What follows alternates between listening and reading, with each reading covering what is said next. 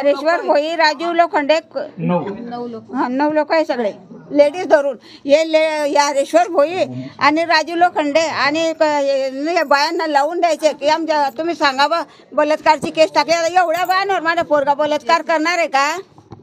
हा, हे पट्ट काय हे?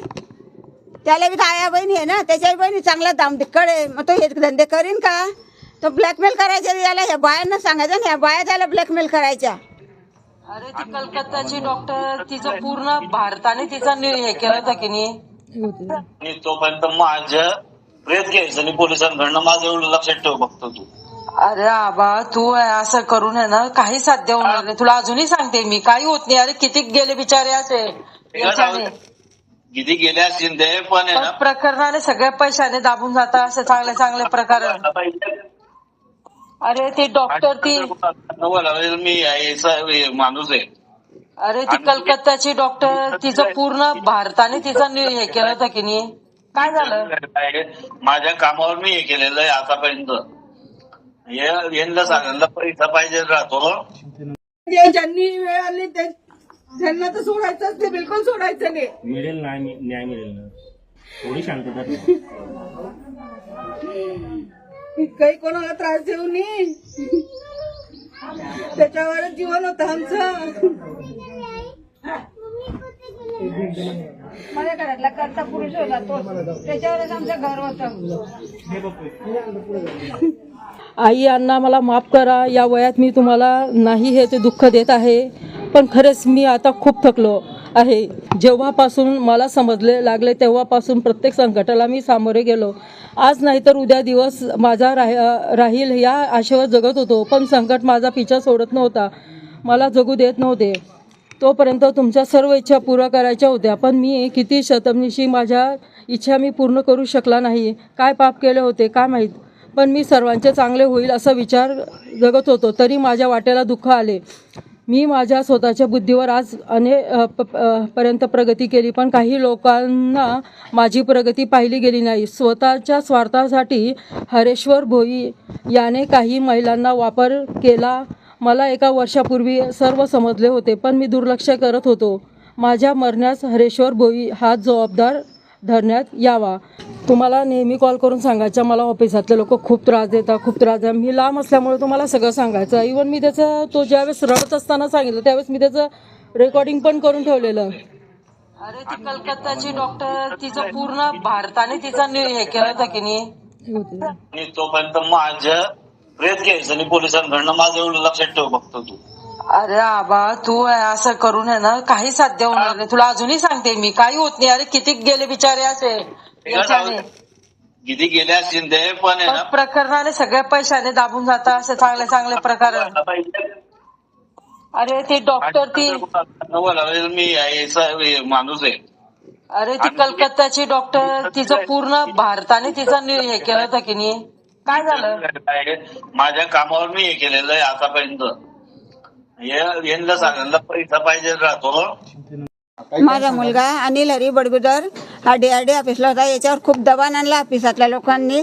हरेश्वर भोई, राजीव लोखंडे, कोमल जावळे, लेडीज होती, सुरेखा पाटील, रुपाली पाटील, सीमा पाटील, साधना देशमुख, शरद पाटील, संदीप खेडकर, या लोकांनी माझ्या मुलावर खूप दबाण आणला आणि त्याच्यावर दबाण आणून खूप त्याच्यावर प्रेशर आणला. शेवटी त्याला आत्महत्या करावी लागली. तर मला माझ्या मुलाचा न्याय मला मिळालाच पाहिजे. त्यांच्यावर कुठला पद्धतीचा दबाव होता? ते पैसे मागायचे गेले, त्याला 6 लाख त्यांनी मागितलेले होते. 6 लाख आधी यांनी दिलेले होते आणि अजून ते याचा ब्लॅकमेल करायचे. हा यांनी आम्हाला कधी सांगितलं नाही. रात्री जेव्हा मी गेली तेव्हा तो रडत होता म्हणे, मी असं करतो म्हणे. म्हटलं नाही करू नको असं म्हटलं. तू ब्लॅकमेल नेमकं काय करायचं? पैसे मागायचे.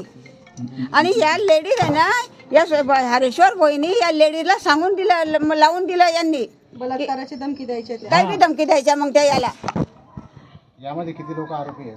या लोक हरेश्वर भोई, राजीव लोखंडे, 9 लोक आहे सगळे लेडीज धरून.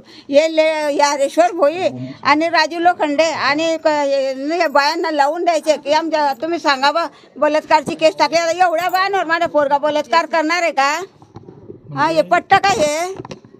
त्याला बी आया बहिणी आहे ना, त्याच्या बहिणी चांगला दामदिक्कड आहे. मग तो हे धंदे करीन का? तो ब्लॅकमेल करायचे याला, ह्या बायांना सांगायचं ना, ह्या बाया त्याला ब्लॅकमेल करायच्या. काय मागणी आता आपली?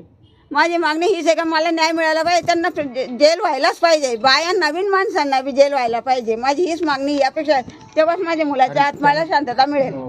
कोणत्या विभागात काम करत होते आणि काय पद होते तुमचं? त्याचं पद काय होतं? तो बचत गटाचा मॅनेजर होता. बचत गटाचा मॅनेजर होता तो. DRD ऑफिसला मॅनेजर होता तो बचत गटाचा. त्याची नेहमी बाहेर गाडी ड्युटी राहायची. त्याने आम्हाला रात्री मेसेज केले, सगळं डायरेक्ट पूर्ण मेसेज टाकला त्यांनी की हे लोक मला अगदी म्हणजे हे करता. आम्हाला एवढं करण्याच्या अगोदर त्याने आम्हाला पूर्ण मेसेज टाकला की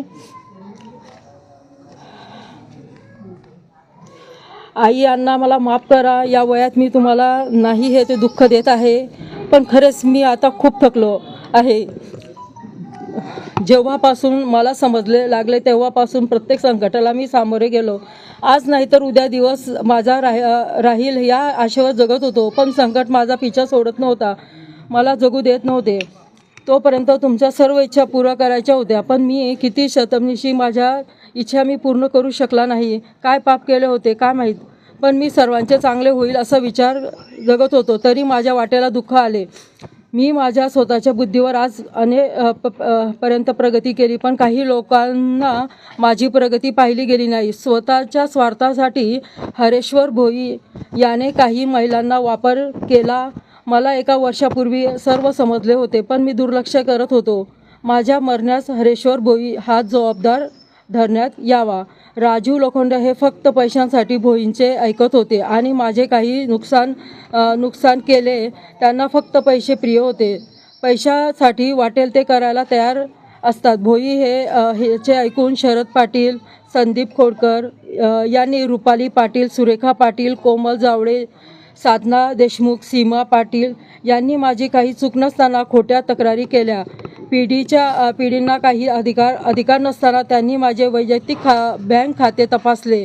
सन 2020 पासून काढले, पण त्यात त्यांना काहीही आढळून आले नाही, कारण मी आलेल्या मानधन आणि माझ्या इतर व्यवसायावर सर्व व्यवहार करत होतो.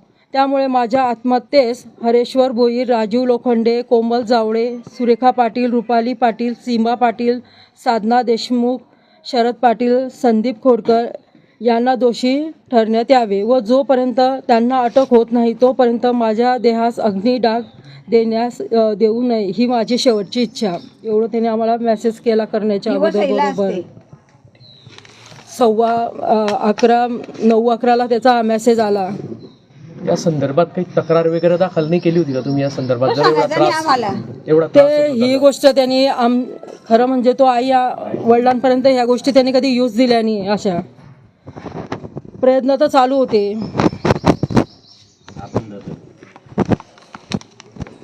आता काय मागणी आहे आपली? आता त्याला न्याय मिळाला पाहिजे. त्याचं सगळीकडे रेकॉर्ड आहे की त्यांनी कसं काम केलेलं आहे. असं नाही की तो आत्ताच करत होता की वर्ष त्या प्रत्येक डिपार्टमेंटमध्ये त्यांनी कामं केलेले. त्याला खूप एक्सपिरियन्स पण होता आणि हे होतं. त्याच्याकडे सगळा अहवाल त्यांनी तयार करून ठेवलेला.